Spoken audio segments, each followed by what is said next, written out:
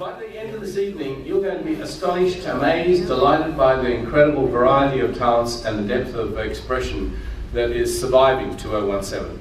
So the focus is, of course, on internal creativity and celebrating the art form that we're all in love with, the muse, the moon, midnight to dawn. Now, this booklet, which there are not enough copies, is the text of what you're about to hear. Now, Janet is a new luminary, and I must ask her, and I must ask John, and I must ask Linda and Gordon. The next month will be honouring open mics, the host of them. Are you up to it? Cool, thank you. So don't be really good, because you're going to be hosting at Kickbutt the slam, aren't you? I'm co-hosting it on Thursday. Exactly. Yes. Poetry Festival starts on Thursday. It goes from 6 to 9. Welcome, Bob. Come on, stop. It's only me. You know, we've been friends for 45 years. This stage we know our own names because they change so often. But his name is Bob, so I call myself Tom. With which I digress. I was here to introduce the next act, and that was 5 years ago. I remember I had a beard, long hair, and other flamboyant affectations, standing on the street corner talking to the air, but the air wouldn't listen. So I said, I'll go to the Baha'i Center because there's poets there. They've been there almost 20 years. And the new one from Chicago, imported but professional, Janet Kuypers has got Erasure Poems. It's the name of a band, by the way. I know, which is mind-blowing, but it it's not is. what it is. No, the erasure, for those who don't as yet know how to do it, you take something like the Bill of Rights and you cross out all the parts you don't like and you make a different poem out of it. The Bill of Wrongs. You know. Well, you've done better ones, you know, you've turned, you know, Texas into a feminist state or whatever. That's a good joke, isn't it? But I'll leave it to you to take them away, Janet. This is your world. I'm poetry. Erasure Poems. I think I'm going to see if I can, just so I don't have to hold this booklet. I usually pull this thing away.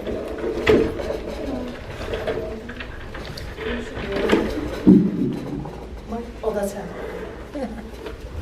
And just because he's filming things, I'm going to use a microphone because that'll stop me from rolling around and moving all over the place. Shame. We like the rolling. Well, you know, if that's going to be, I'm going to be off the screen, which is an issue, I guess. Hi. Hi. My name is Janet Kuypers, for those of you who haven't met me before. You know, I might just hold it. It might be easier now that I moved it over here. No, she's like, I'm going to roll it back. You are the best. It's a... Oh. Yay.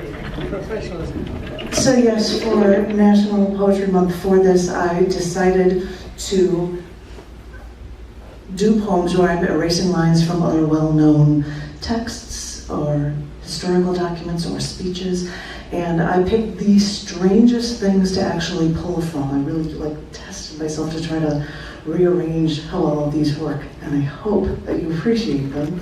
This first one is an erasure poem on the meaning of art, and these are selected words from excerpts of a key Adolf Hitler speech on art in Nuremberg, September 6, 1938. The endowment of a true artist is that his work of art express the general will of a period.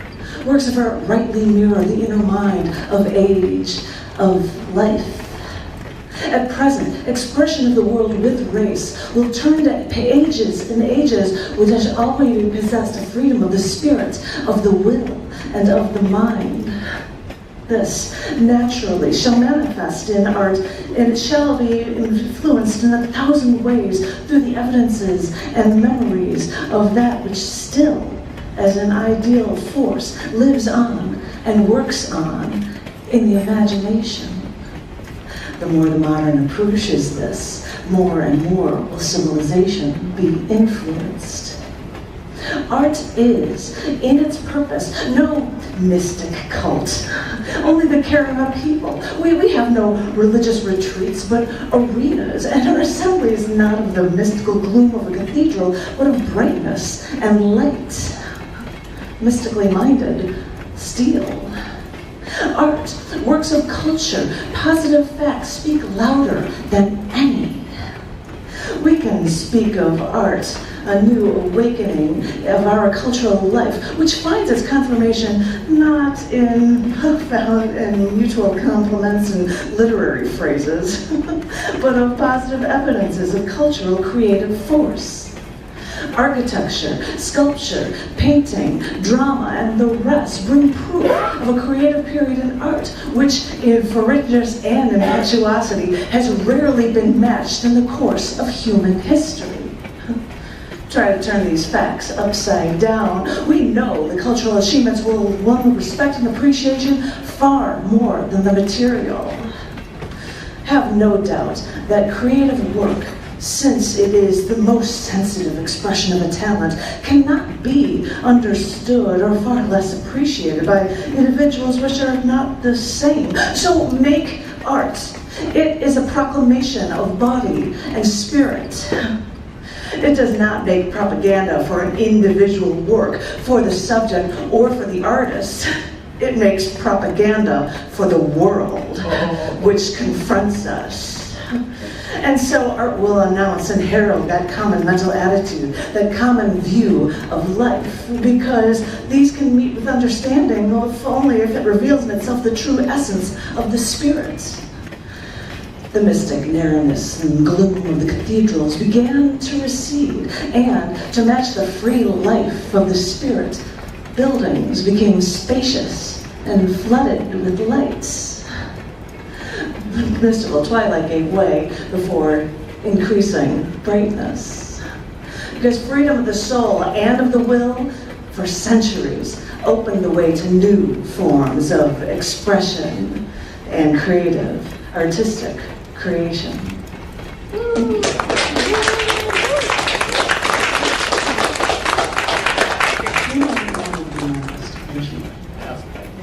And he couldn't paint people, and that's why he was rejected in Vienna. So it's appropriate that he loved talking about it so much, I guess. This next Erasure poem is a cornerstone against slavery. This one was a challenge, because these are selected words from the cornerstone speech, an oration by Confederate Vice President Alexander Stephens in Savannah, Georgia on March 21st, 1861. This one was a challenge because I worked on trying to make this poem be something where they actually oppose slavery. We'll see if it works. This would split. Conjecture with the great truth may be doubted. Prevailing formation of the old were the violation of the laws of nature, socially, morally, politically. It was an evil. Those ideas were fundamentally wrong, rested upon this assumption of equality. This was an error, a sandy foundation. It fell when the storm came. Our laid cornerstone, the great truth, is not equal to the natural and the normal. This great physical, philosophical, and moral truth, it has been so amongst us. The error of the past still clings with the zeal above knowledge from the mind of insanity. Conclusions are right if premises were. The equal, warring against principle, founded in nature, should ultimately succeed and would ultimately fail. That impossible war against a principle was warring against principle. Equal made unequal. Secure power, show your ability, maintain your rights. Never allow slavery to the soil. Clamor against getting or letting go and fight this strange paradox. There seems to be but one rational solution, notwithstanding humanity. Give up the benefits, labor to the necessary. They come from nature. The succeeding question, the desire, peace, simply a recognition of our independence.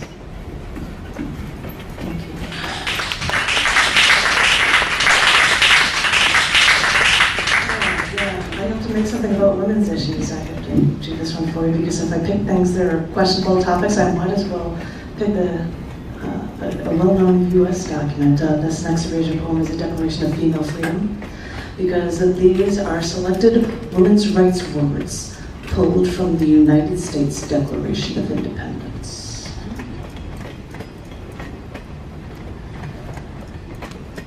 It becomes necessary to dissolve this, to assume power, separate from man. I impel the separation. Hold these truths to be self-evident. Men create no rights on life and happiness. Men derive power from the weak. And I am not more disposed to suffer. Evils are themselves a long train of abuses, and it is right for me to provide new future security. It is now necessity to avoid injuries and the absolute tyranny over me. He has utterly neglected me, refused me, and thought I was only a body for the sole purpose of compliance with his measures. He has dissolved my rights. He has refused for a long time any power I have. He has prevented, obstructed justice on his will alone, to harass with military power. His acts on all parts on us without our consent, depriving us benefits for offenses on the free. Bound at once an example for introducing the same absolute rule for once. What is right for us. And with this firm reliance, we pledge our lives and our sacred honor.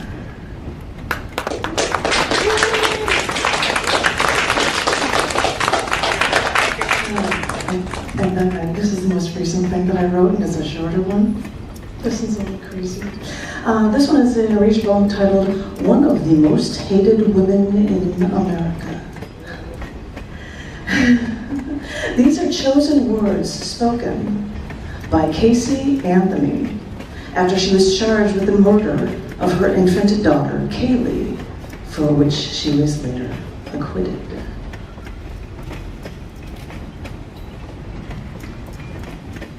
She keeps a lonely, guarded life now. In her words, "I was in confinement for 23 hours a day, for weeks at a time." In her words, "My sentence was doled out long before there was a verdict. Sentence first, verdict afterward. Guilty long before a day in court." In her words, she does not have a significant problem with not telling the truth. In her words, "I hate to say this, but cops believe other cops. Cops tend to victimize the victims. I see why I was treated the way I was, even if I had been completely truthful. Cops lie to people every day. I'm just one of the unfortunate idiots who admitted they lied." In her words, "I don't give about what anyone thinks about me. I never will. I'm okay with myself. I sleep pretty good at night."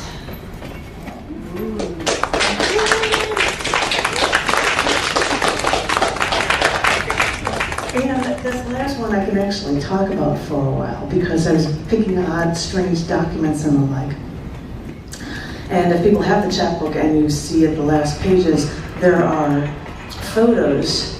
I visited India in 2015, and as I was walking in Andhra Pradesh along the Bay of Bengal, I was seeing a bunch of statues of leaders and prominent people, and 2/3 of the plaques below them would say in Hindi as well as in English things like freedom fighter, poet, or and like 2/3 of them had comments about being great classical poets and the like. So I even had to take a photo of one of them, Sri Sri, which is in this chapbook, because it said under his name that revolutionary poetry was his forte.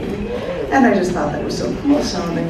And he looked like he was in more modern gear, holding a clipboard. He died in 1983. And I found a translation of one of his poems. And this is my last piece, and thank you very much for this. These are selected English words from Sri Sri's Telugu poem, which is translated into Histories of the Nations.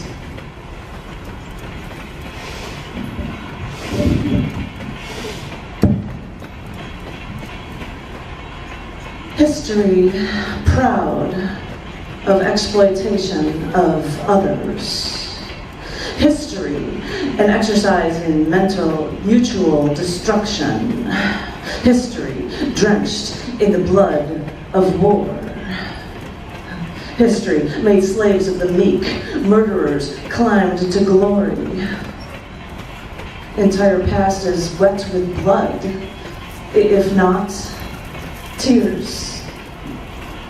Decimated populations echo history. Connivance, jealousies, conflicts prove the course of history. Grand murderers and thugs built a bridge of swords to time. Artificial laws with other forces fell down as houses of cards. The deception, the heinous crimes of the mighty, the schemes can't be allowed.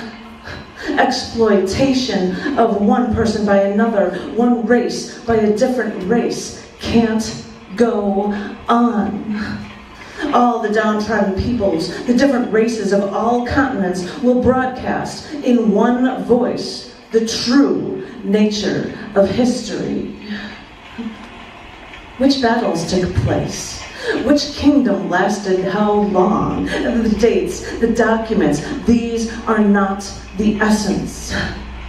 Stories hidden under the dark corners of history are wanted.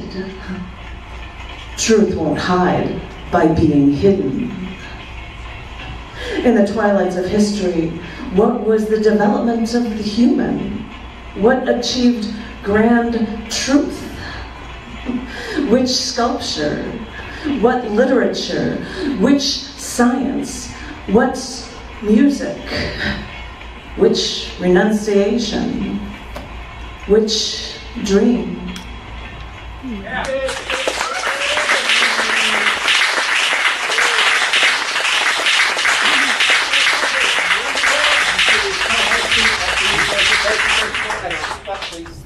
Yep. Yeah, it's all true. It's all true.